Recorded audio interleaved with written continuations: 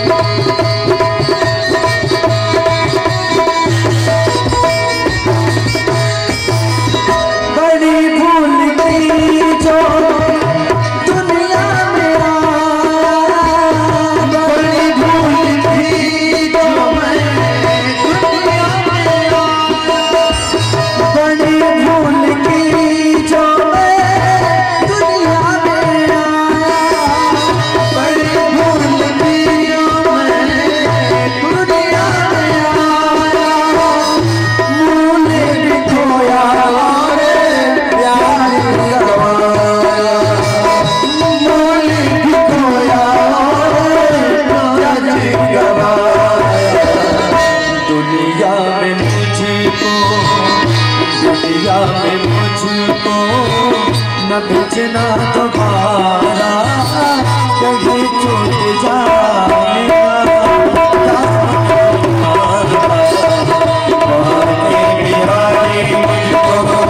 देना सहारा कहीं छूट जाएगा।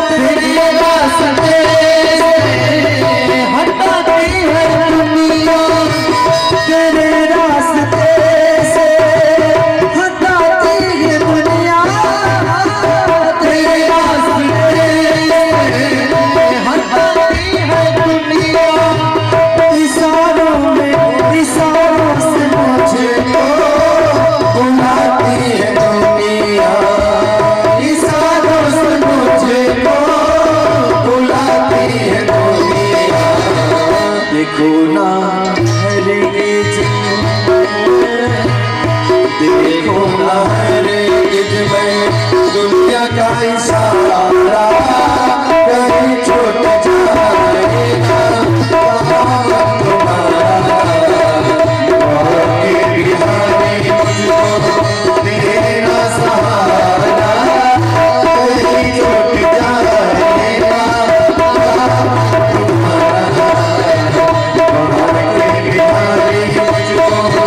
तेरा सहारा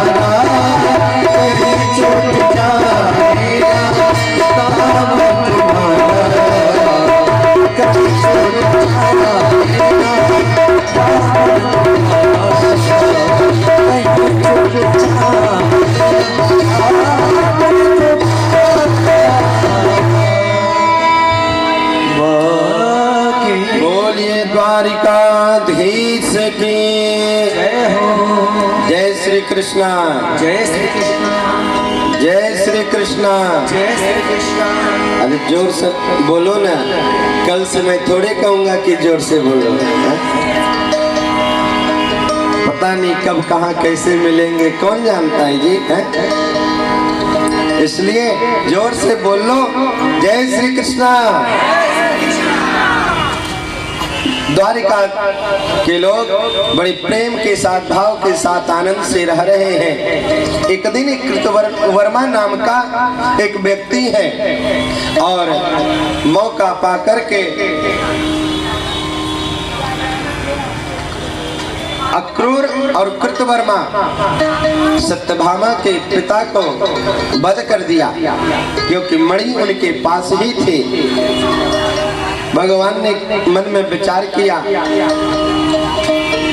इसका जो है आगे बदला लिया जाएगा, अभी हमें द्वारिका में रहना है, और जब महाभारत का युद्ध होता है तो आगे चल करके अनेक योद्धाओं का अर्जुन के माध्यम से भगवान ने उनका उद्धार कराया है।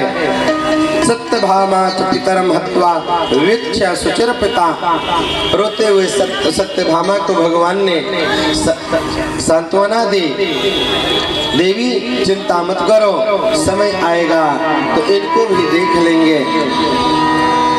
आगे एक भौमासुर नाम का राक्षस है, ये अपने आप को द्वारकाधीश जैसा जानता है और सभी लोगों से कहता है, देखो जी मैं कृष्ण हूँ, और अपने मन में ऐसा संकल्प किया है कि कृष्ण ने 16,108 उन ब्रज गोपिकाओं के साथ रास विहार किया। उन गोपिकाओं ने इनको पति के रूप में मानसिक स्वीकार कर लिया, लेकिन उनको ये धोखा दे करके द्वारिका आकर के बस गया, कृष्ण का शत्रु बन गया। था तो परम शिव भक्त, लेकिन कार्य करता था अधर्म का। और जिस राज्य में, जिस नगर में, जिस गांव में, जिस घर में जाता था न जी, उस नगर गांव के सुंदर सुंदर कन्याओं को अपहरण करके बलात् हठात चोरी करके उनको ला करके अपने बंदी गृह में रख लेता था। और मन में संकल्प ऐसा किया था कि जिस दिन 16,100 कन्याओं का हमारे यहाँ संख्या हो जाएगी, उस दिन मैं विवाह करूंगा और कृष्ण को, समाज को ये बताऊंगा कि मैं कृष्ण, देखो तुम लोगों से छल करते हो, लोगों को ठगते हो, और हमने संबंध करके इनको अपना लिया और इनको जो है अपनी पत्नी के रूप में स्वीकार किया। 16,100 कन्याओं का समूह जुट चुका है, और एक दिन भगवान का युद्ध भौमासुर से होने लगा। और भौमासुर से जब भगवान युद्ध करने के लिए गए ना, तो अपने रथ का सारथी सत्यभामा को बना दिया, क्योंकि सत्यभामा है पृथ्वी के अवतार, भूदेवी है, और पृथ्वी से ही जन्म हुआ था भौमासुर का। भगवान ने मन में विचार किया कि कहीं भौमासुर का वध कर दूं तो सत्यभामा नाराज न हो जाए, इसलिए जब तक सत्यभामा नहीं कहेंगी तब तक मैं उसका वध नहीं करूंगा। और साथ में लेकर के युद्ध करने के लिए चल दिए। घना घोर युद्ध हुआ, घना घोर युद्ध हुआ, और युद्ध होते होते मानो भौमासुर कृष्ण को क्षति पहुंचाएगा, और ऐसे बाण पर बाण चलाने लगा। अंत में सत्यभामा को कहना पड़ा, द्वारिकाधीश इस दुष्ट को आप मारते क्यों नहीं हो? ये तो हत्यारा है, ये तो दुष्ट है, ये तो व्यभिचारी है, और व्यभिचारी कोई भी क्यों ना हो उसका वध कर देना ही उचित है। और भगवान ने जो ही सत्यभामा देवी भूदेवी का आदेश पाया, उस भौमासुर का वध कर दिया। राजन,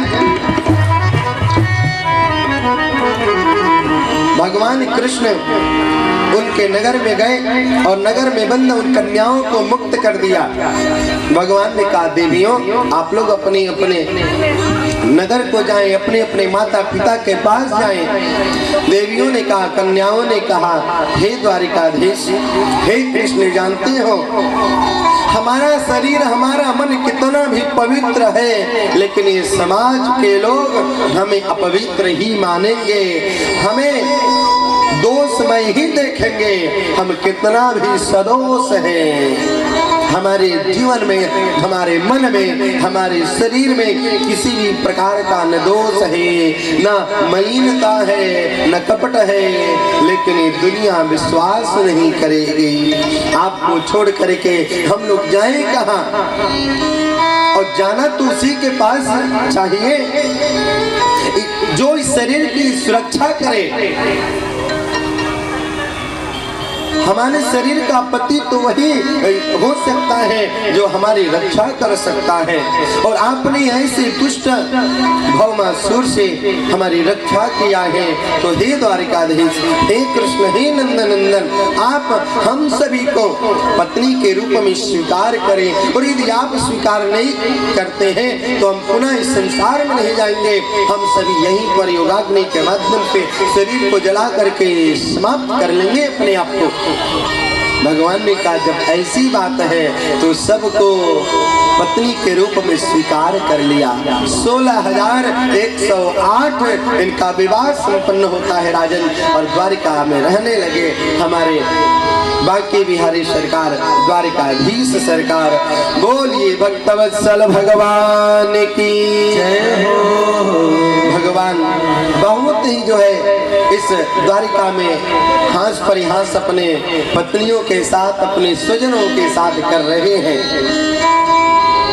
और जितनी इनकी रानियां हैं ना, जितनी इनकी पटरानियां हैं, पत्नियां हैं, उतने इनके कक्ष हैं, और सभी के कक्ष में सभी पत्नियों के पास एक एक कृष्ण के रूप में, अनेक रूप में वहां रहते हैं। किसी पत्नी को ऐसा आभास नहीं होता है कि कृष्ण मेरे पास नहीं है। सबके कक्ष में कृष्ण अपने अपने रूप में विराजमान है। बोलिए भक्तवत्सल भगवान की जय। देवर्षि नारद भगवान श्री कृष्ण के गृहस्थ आश्रम को दर्शन करने के लिए एक दिन आए, तो आ करके देखते हैं, धन्य हो ठाकुर, धन्य हो बांके बिहारी, धन्य हो मदन मोहन सरकार, आप इन पत्नियों के साथ कैसे रह लेते हैं।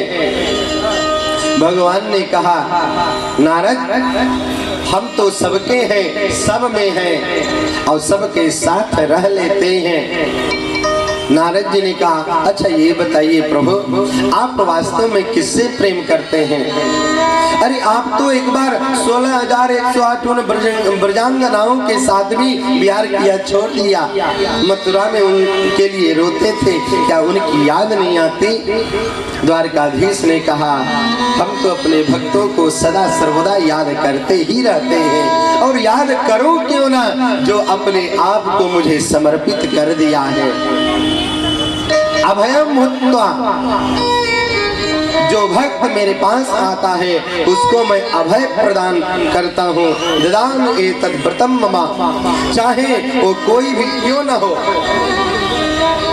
राजन, रुक्मणी के कक्ष में एक बार भगवान बैठे थे, और देखो जी गृहस्थ आश्रम में पति पत्नी का जो जीवन है ना, दाम्पत्य जीवन सुखमय होना चाहिए, शांतिमय होना चाहिए, हास परिहास होते रहना चाहिए, तब तो गृहस्थ धर्म में प्रवेश करना सुलभ हुआ। और गृहस्थ धर्म में किसी प्रकार का जो है आपस में पति पत्नी में द्वेष नहीं होना चाहिए। भगवान कृष्ण ने एक बार रुक्मणी की परीक्षा लेना चाहा। रुक्मणी से भगवान श्री कृष्ण ने कहा रुक्मणी एक बात बोलूं। रुक्मणी मैया ने कहा हाँ स्वामी, हाँ द्वारिकाधीश, आदेश करो। राजपुत्री सीता भूपै लोकपाल विभूतिभिः महानुभावः श्रीमद्भिः रूपौदार्य बलोर्जितैः। क्या सुंदर भगवान ने रुक्मणी से आज विनोद किया, और विनोद करते हुए रुक्मणी से कहा रुक्मणी देखो, पति पत्नी का विवाह यदि दोनों का जोड़ी एक जैसा हो तो बहुत सुंदर होता है। रुक्मणी ने कहा जोड़ी तो सुंदर है, इसमें कहना क्या है, आप भी सुंदर और हम भी सुंदर। भगवान ने कहा ये बात नहीं, सुंदरता की जोड़ी से ही केवल नहीं होता, सब कुछ देखा जाता है, कुल देखा जाता है, खानदान देखा जाता है, गोत्र देखा जाता है, शिक्षा देखी जाती है, उसके व्यवहार, जगत के व्यवहार देखे जाते हैं, बल देखे जाते हैं, नाम देखे जाते हैं, पद प्रतिष्ठा धन देखे जाते हैं कि सब कुछ देख करके यदि दो लोगों का विवाह किया जाए तो उसका जीवन बड़ा सुखमय होता है। रुक्मणी ने कहा आप कहना क्या चाहते हो। भगवान कृष्ण मुस्कुराते हुए कहा, लगता है कि हमारी और आपकी जोड़ी जमी नहीं। बोले क्या हुआ? अरे आप तो राजकुमारी हो, राजपुत्री सीता भूपैर लोकपाल विभूति में। और राजकुमारी का विवाह राजकुमार के साथ ही होता है तो बड़ा सुंदर होता है ये है। लेकिन आप राजकुमारी और मैं कोई राजकुमार नहीं था। मेरे पिता तो कारागार में थे और इतना ही नहीं, मुझे तो लोग ताना भरते हैं।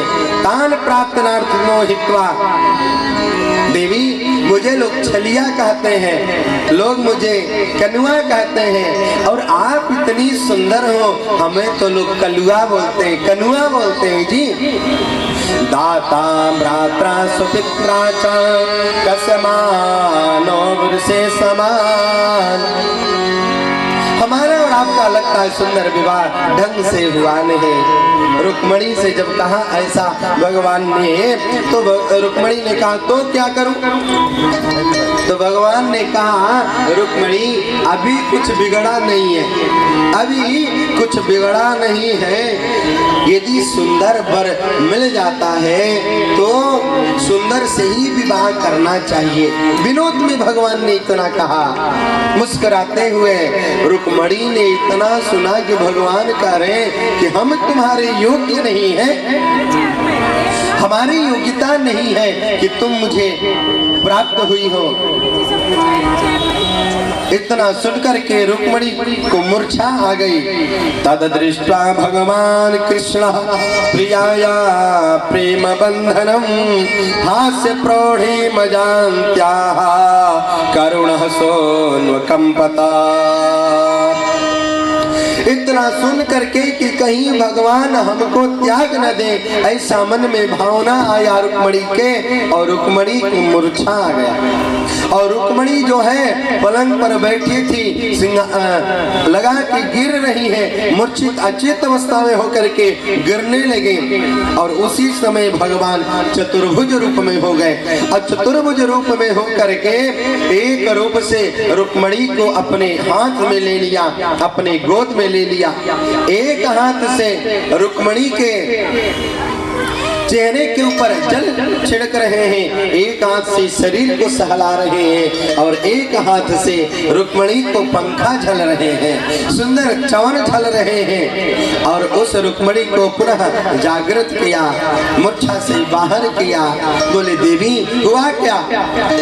चरण पकड़ करके भगवान द्वारिकाधीश के रुक्मणी कहने लगे, स्वामी आज के बाद ऐसा कभी आप चर्चा मत करना कि मैं तुम्हारे योग्य नहीं हो। ठाकुर ऐसा क्यों कहते हैं? हम आपके योग्य नहीं हैं, हम आपके चरणों के दासी बनने की हमारे अंदर वो योग्यता कहाँ है? इसीलिए देखो जी, जो सच्चा सेवक होता है ना, भगवान का भक्त होता है, वो सब कुछ प्राप्त करने के बाद भी कहता है मैं कुछ नहीं कहता हूँ, मैं कुछ नहीं हूँ। इसलिए तो संत जन कहते हैं, उन संतों से पूछो कि आप कौन हो, आपका परिचय क्या है? तो संत कहते हैं मैं दासानुदास हूँ, मैं दासों का भी दासों का भी दासों का भी दास हूँ। उन्हें मुझे सेवा करने का प्राप्त हो जाता है, क्योंकि हमारी तो शक्ति नहीं कि भगवान का भजन करो, वो भगवान का भजन करते हैं, इसलिए मैं उनका दास हूँ, उनका मैं सेवक हूँ। हे ठाकुर, हे द्वारिकाधीश, आप मेरी रक्षा करें। बाणासुर नाम का एक असुर था, राजा था। ये भगवान शिव का परम भक्त अपने नगर में ही शिव का पूजन करता था। और बाणासुर ये एक कन्या है जिसका नाम उषा है। उषा अपने सखियों के साथ राजमहल में रह रही है।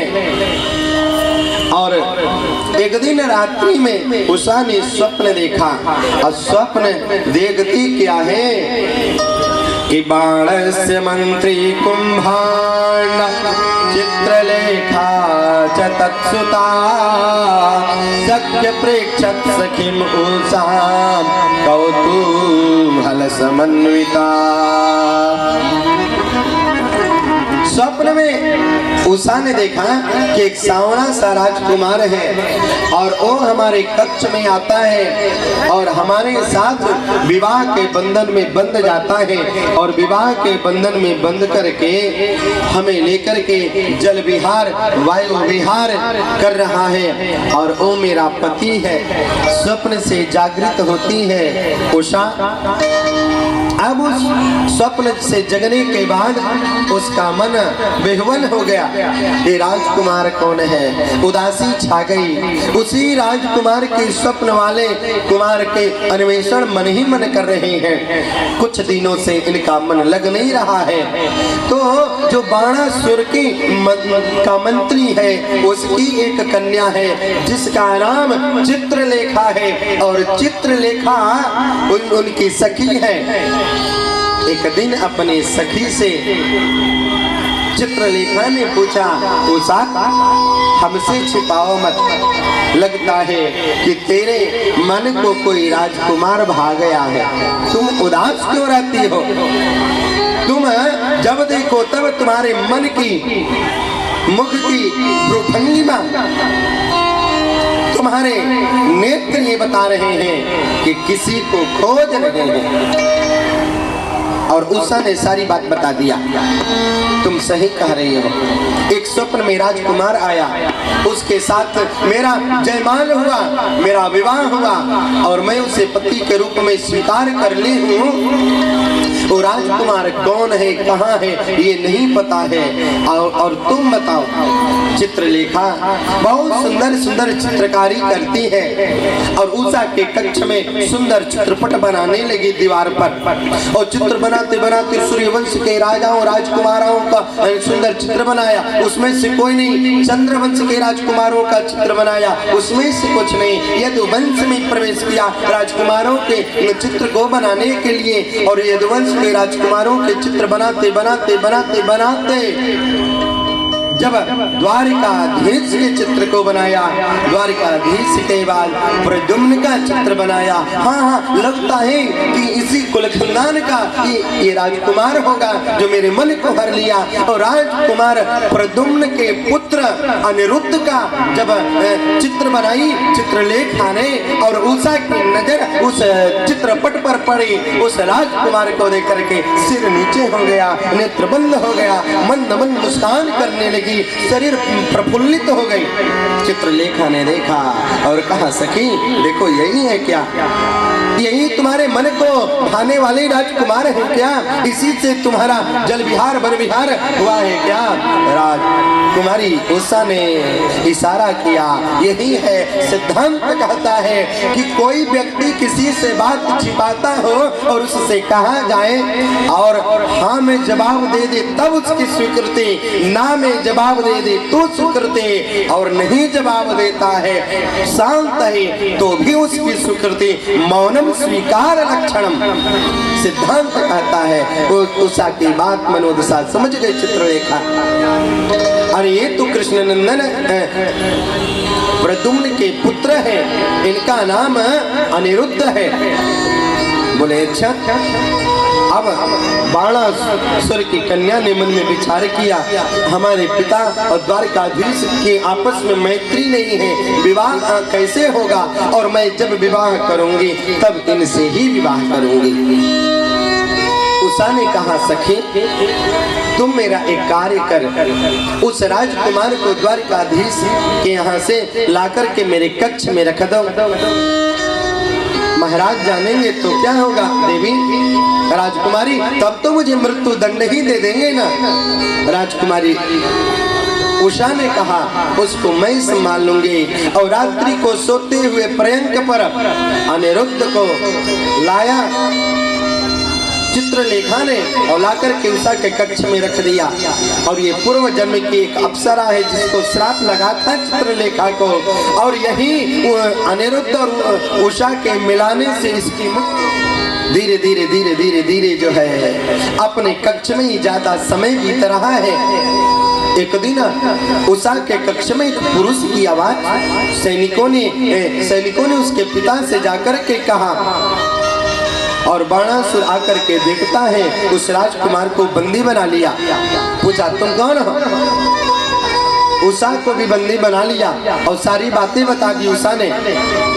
नारद के द्वारा ये बात पता चली कि आपका पौत्र बाणासुर के बंदी गृह में बंदी है, और सारी प्रेम कथा सुना दी उषा और अनिरुद्ध की।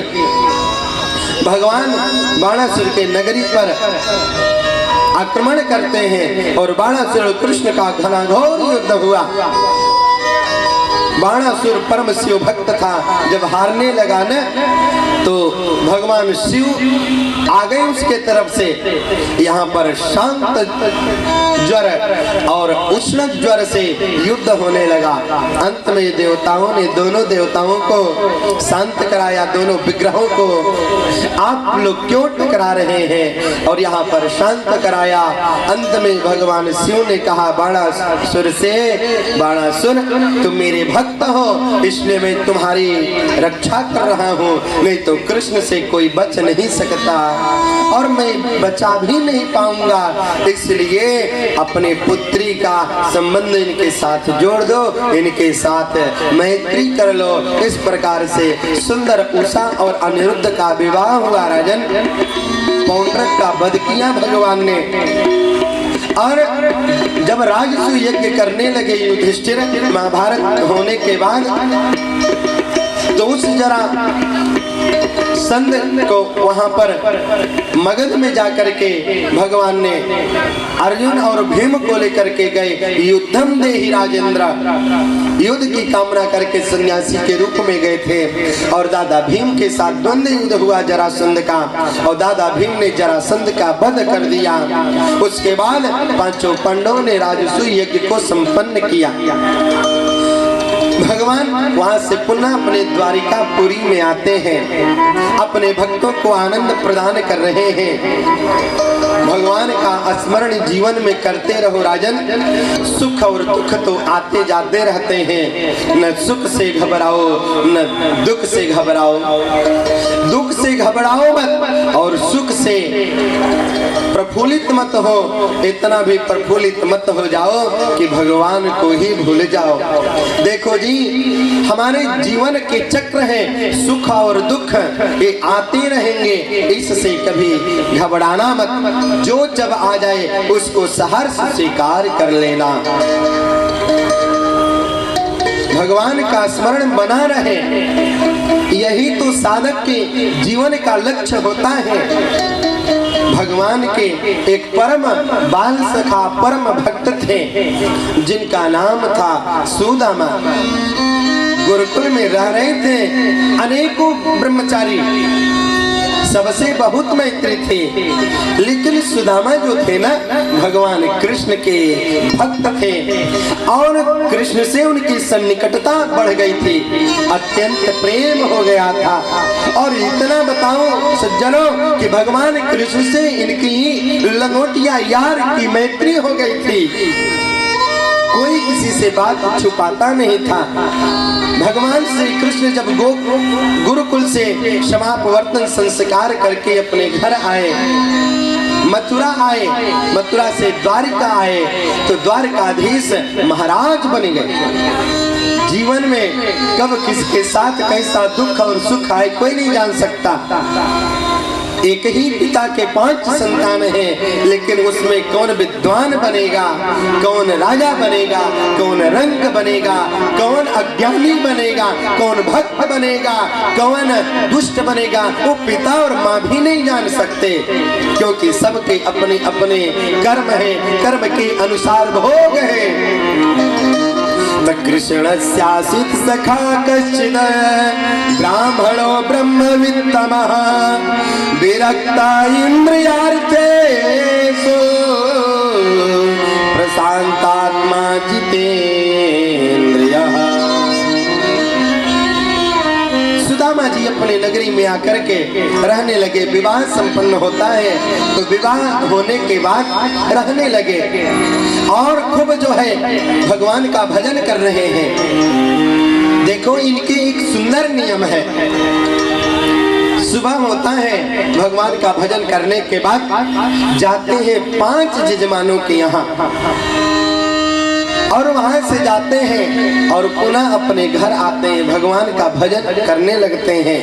बिन मांगे जो यजमान दे देते हैं उसी को लेकर के सुदामा आते हैं अपने घर और अपनी धर्म पत्नी सुशीला को दे देते हैं। प्रसाद बनता है, गोविंद को भोग लगाते हैं, पाकर के शयन करते हैं, पुनः जगते हैं दूसरे दिन भजन। ये उनकी दैनिक चर्या है। धीरे धीरे धीरे धीरे उनके पुत्र हो गए, 5-6 पुत्र हो गए। परिवार की संख्या बढ़ रही है, वृद्धि हो रही है, लेकिन धनोपार्जन की वृद्धि नहीं हो रही है। समय आता गया, गुजरता गया, बढ़ता गया। धीरे धीरे धीरे धीरे धन की, अर्थ की कमी होने लगी। यहाँ तक कि सज्जनों बताऊं, अन्न की कमी होने लगी, प्रसाद बनाने की व्यवस्था तक नहीं रही। पतिव्रता पतिं प्राह मल्यता वदनेन सा दरिद्रा सीदमाना सा वेपमाना विभग्यसः।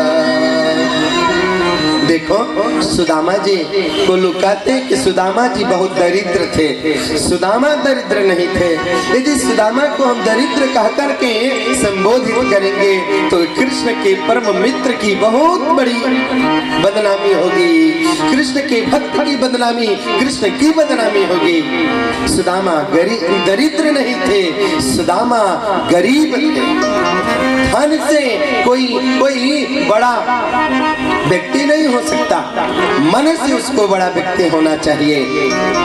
यदि खूब धन भरा हुआ है और जिसके हृदय में भगवान की भक्ति रूपी धन नहीं है तो समझो उससे बड़ा कोई दरिद्र नहीं है।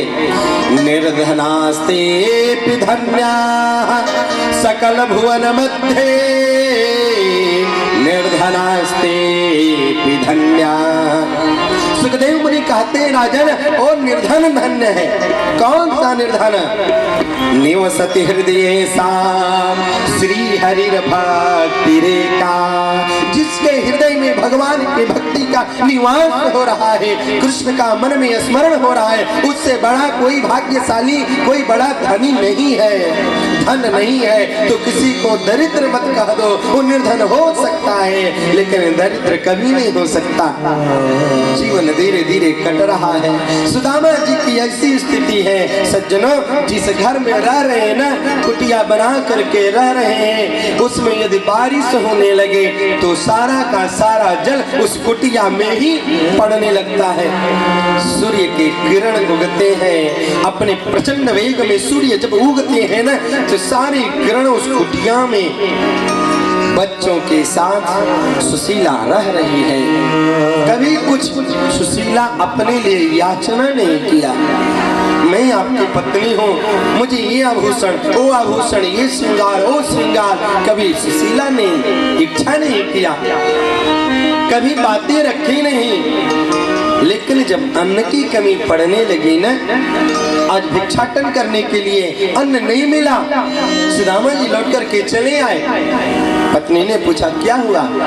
देवी आज कुछ मिला नहीं, आज जल का भोग लगा करके हम लोग शयन करेंगे, रात्रि का विश्राम जल पान करके सुबह होगा। सुदामा जी पुनः जाते हैं, पुनः कुछ नहीं मिला, पुनः वापस आए। 1 दिन हुआ, 2 दिन हुआ, सुदामा की पत्नी ने आकर के सुदामा जी से कहा, सुशीला ने देखो मैं अपनी संपूर्ण जीवन को आपके इच्छा अनुसार व्यतीत किया, हमें कुछ नहीं चाहिए, हमारे बच्चे हैं, बच्चों को कम से कम खाने के लिए अन्न तो चाहिए। जब बच्चे दौड़ करके आते हैं, माँ मुझे भूख लगी है, मैं तुझसे क्या बोलूं? सुशीला कहती है पिता तुम्हारे यहाँ कुछ ला रहे होंगे, कुछ नहीं मिला तो जपमाली को हाथ में लेकर के सुदामा जी बैठ गए गोविंद की कुटिया में अपने भजन स्थली पर।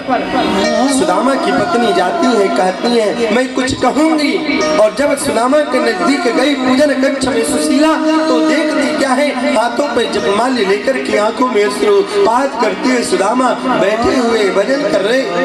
सुशीला ने कहा कुछ बोलूं कुछ टोकूं।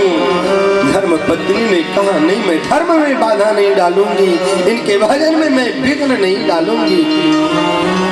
माला पूरा हुआ, हाथ जोड़ करके सुशीला ने कहा स्वामी आज 3 दिन हो गए, 3 दिनों से हम भूखे हैं, आप भूखे हैं, हमारे बच्चे जल पी करके रह रहे हैं। सुदामा जी ने कहा देवी क्या करूं, मैं मांग नहीं सकता, अपना संकल्प तोड़ नहीं सकता, यजमानों से मैं याचना नहीं कर सकता। देखो जी ब्राह्मण कभी यजमान से याचना नहीं करते और यजमानों को चाहिए कि ब्राह्मण को प्रसन्न करके भेजे। जो ब्राह्मण नहीं मांगता है उसको बिन मांगे सब कुछ दे, नहीं मिलता तो मैं करूं क्या, मैं मांगूंगा नहीं। सुशीला ने कहा संसार से मत मांगो। आपने कहा था एक दिन कि हमारा परम मित्र कृष्ण इस समय द्वारकाधीश हो चुके हैं, राजा महाराज हो चुके हैं और वो भगवान हैं। अपने मित्र से मांग लो, मित्र से सहायता लेनी चाहिए। जब मित्र द्वारकाधीश के नाम को सुना सुदामा 4 भाग के रोने लगे। देवी मित्र से मांगने के लिए कह रही हो? ना ना, मैं कभी मित्र से मांगूंगा नहीं। सुशीला कह रही नहीं, आपको जाना पड़ेगा, आपको जाना पड़ेगा। याचयित्वा चतुरो मुष्टिं विप्रान् पृथक् तण्डुलम्। सुदामा जी ने कहा, सुशीला कह रही है, पत्नी कह रही है कृष्ण के पास जाने के लिए, मांगने के लिए मैं मांगूंगा तो नहीं, लेकिन इसी बहाने कम से कम श्याम सुंदर का दर्शन तो हो जाएगा। चलो मैं चलता हूँ। रुक गए, मैं उनको दूंगा क्या भेंट में? हमारे कृष्ण कहेंगे ये सुदामा भैया कहाँ लाए हो, कुछ तो खिलाओ। सुदामा जी के मन के भाव उनके सुशीला पत्नी ने समझा। आज सुशीला 4 घरों में गई और 4 घरों से 4 मुट्ठी जो है चावल मिला, तंडूल मिला और एक पोटली में बांध करके सुदामा को उनकी पत्नी ने दे दिया। पत्नी समझ रही है हमारे पति मांगेंगे नहीं सुदामा कृष्ण से, बड़े संकोची हैं, लेकिन कृष्ण सर्व अंतर्यामी है। कृष्ण के सामने जब ये 4 घरों का टूटा फूटा हुआ चावल, कोई मोटा कोई पतला कोई सुंदर कोई टूटा हुआ मिलेगा तो कृष्ण समझ जाएंगे कि सुदामा की दयनीय स्थिति चल रही है, जिसके घर में खाने के सुंदर अन्न नहीं है, सुदामा का जीवन सही नहीं है और बिन मांगे परमात्मा श्री कृष्ण दे देगा।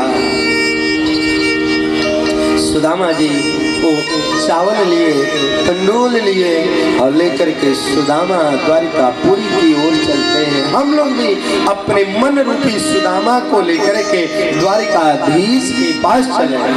कान्हा कान्हा रटते रटते धैली हले डगरिया, कान्हा कान्हा रटते रटते धैली हले डगरिया, कान्हा कान्हा रटते रटते धैली हले डगरिया, कान्हा कान्हा रटते रटते धैली हले डगरिया।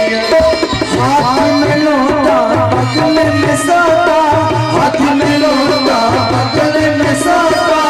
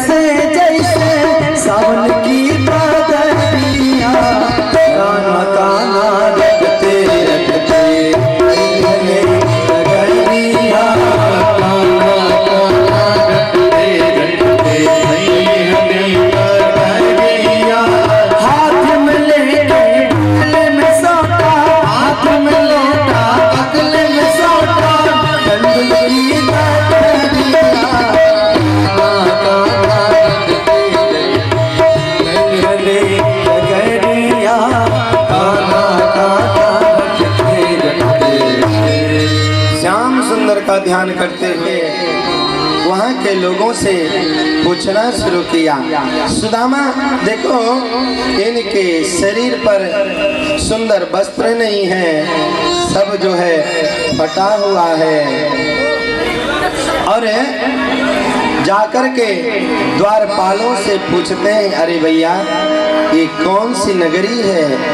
द्वारपालों ने कहा ये तो द्वारकापुरी है, आपको जाना कहाँ है ब्राह्मण देवता? सुदामा जी ने कहा क्या यही कृष्ण की नगरी है? तो सैनिकों ने कहा हाँ, हम उनके मित्र हैं, बाल सखा हैं, जा करके बता दो। और सुदामा जी जा करके सैनिकों से कहा, सुदामा जी का नाम सुनते ही कृष्ण दौड़ करके गए और सुदामा कहते हुए सुदामा को गले से लगा लिए। अरे द्वारपालों देखो देखो ये गरीबी कहाँ, कृष्ण के दर पे विश्वास लेके आया, मेरे बचपन का यार है मेरा शान, यही सोच कर मैं आस लेके आया। अरे द्वारपालो कन्हैया से कह रहा हूँ, अरे द्वारपालो कन्हैया से कह रहा हूँ, दरपेश का गरीब आ गया है, दरपेश का गरीब आ गया है, भटकते भटकते न जाने कहाँ से, भटकते भटकते न जाने कहाँ से, तुम्हारे महल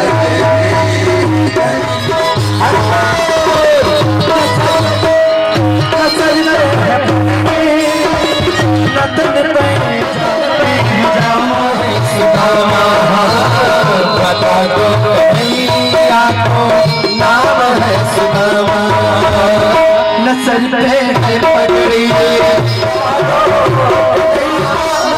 नाम है सुदामा, बता दो कन्हैया को सजा करके कहो उस बार सजा करके कहो मिल में सका।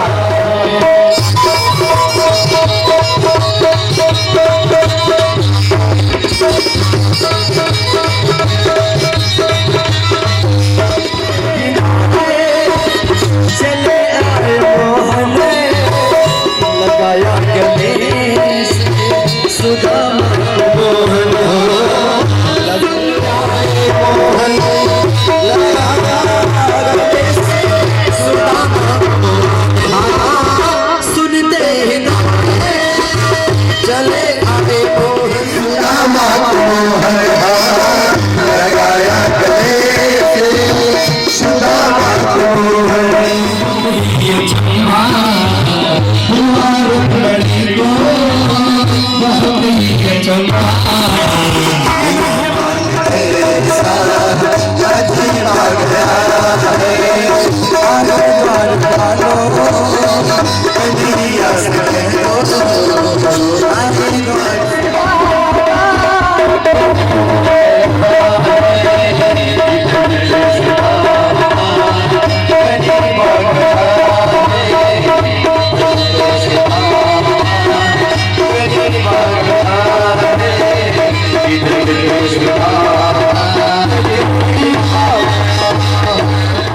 सब घर में ठीक ठाक तो कुशल मंगल तो है। सुदामा जी ने सब बातें बताई, सब सुंदर है।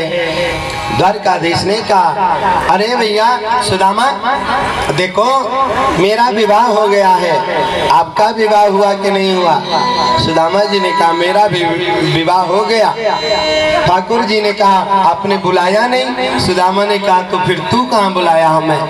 सुदामा जी को प्रणाम किया द्वारकाधीश ने और अपनी पत्नी रुक्मणी से कहा प्रणाम करो, ये मेरे मित्र हैं। ब्राह्मण जब कुछ प्राप्त होता है विप्र प्रसादा धरणी धरो हम, विप्र प्रसाद से ही हमें धरती का मालिक बनने का अवसर से प्रणाम करो।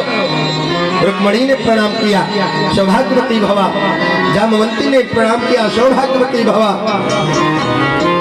मित्रवंदा ने प्रणाम किया, सौभाग्यवती भवा।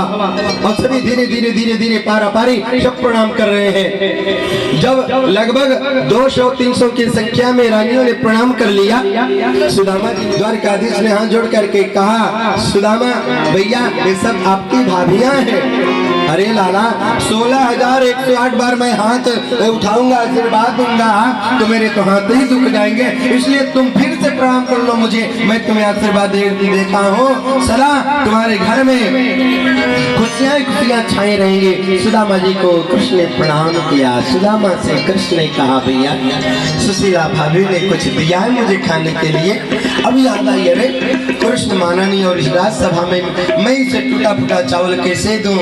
सुदामा जी बार बार छिपा रहे, इस कन्ने में, इस कांख में, इस माह में, इस माह में। भगवान जान गए सुदामा की अभी चोरी करने की, छुपाने की आदत नहीं गई, और उसके हाथ में छिपे हुए पोटली को छीन करके और सभा में ही उस पोटली को खोला तो चावल था, और चावल को खाया।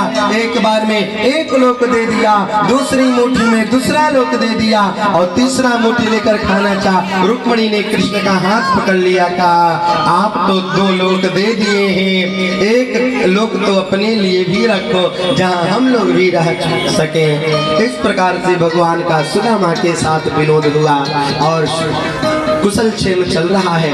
भगवान ने सुदामा से कहा, मित्र तुम आज से राज पोशाक पहनोगे। राज पोशाक पहनाया। सुदामा ने कहा, अरे कन्हैया अब हमें जाने दो। भगवान ने कहा 2-4 दिन रहो तो, कुछ दिन 2-4 महीना खा पी लो, मक्खन मिश्री, थोड़ा शरीर मोटा ताजा कर लो। सुदामा जी ने कहा, मैं यहाँ खाता रहूं माखन मिश्री और घर में बच्चे मरते रहे भूखे, ये अच्छा नहीं है। लेकिन महीनों भर रह गए, सुदामा जी ने कुछ मांगा नहीं कृष्ण से। जाते समय भगवान कृष्ण से विदा लिए सुदामा जी, और सुदामा जी जब जाने लगे फिर भी कुछ नहीं मांगे। हमारे द्वारकाधीश ने मन आरती होने के बाद आज सुदामा जब अपने गांव आए, अपने नगर आए, अपने नगर बड़े बड़े महल बन चुके हैं। दास का गांव है, सुदामा जी से उनके सबकी नगरी है, ये आपकी कुटिया है। नहीं नहीं नहीं नहीं, मैं घूम में आ गया हूँ। नगर के अपने महल के ऊपर देखते हैं, उनका शरीर खूब जो है मोटा ताजा हो गया है। आरती उतारने के लिए सुशीला गए, देखे कृष्ण से हमने कभी कुछ नहीं मांगा, लेकिन द्वारकाधीश धन्य हो, द्वारकाधीश धन्य हो बना लेने चाहिए। और शिक्षा के गुरु जिससे हमें शिक्षा प्राप्त हो, सभी को गुरु बनाना चाहिए। और दत्तात्रेय जी ने चौकी बनाया। दत्तात्रेय मुनि ने उस विषय से शिक्षा ये लिया कि कभी किसी के प्रति आसक्त नहीं रहना चाहिए। एक दिन एक विषय सज करके समझ करके अपने जगह पर नगरे पुरा तस्यामे शिक्षितम किंचन कामदेव को धिक्कारने लगे, जिस शरीर के माध्यम से मैं पुरुषों की जितना किसी से आशा मत करो, किसी से आशा करना ही जीवन का सबसे बड़ा। अमुक व्यक्ति से इतना हमें धन मिलेगा, इससे कोई लेकर के चला जाएगा, इसलिए हरि भजन करते रहो, जो मिले उसको लुटाते रहो। पतंग को गुरु बनाया, हाथी को गुरु बनाएंगे कि हमारे भक्त लोग कितने जोर से जय श्री कृष्ण बोलते हैं।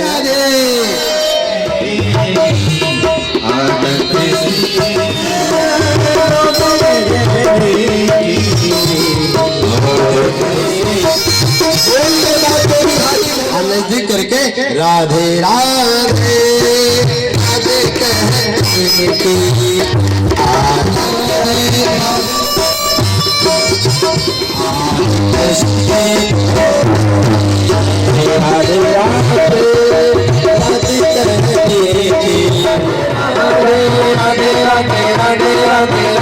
राधे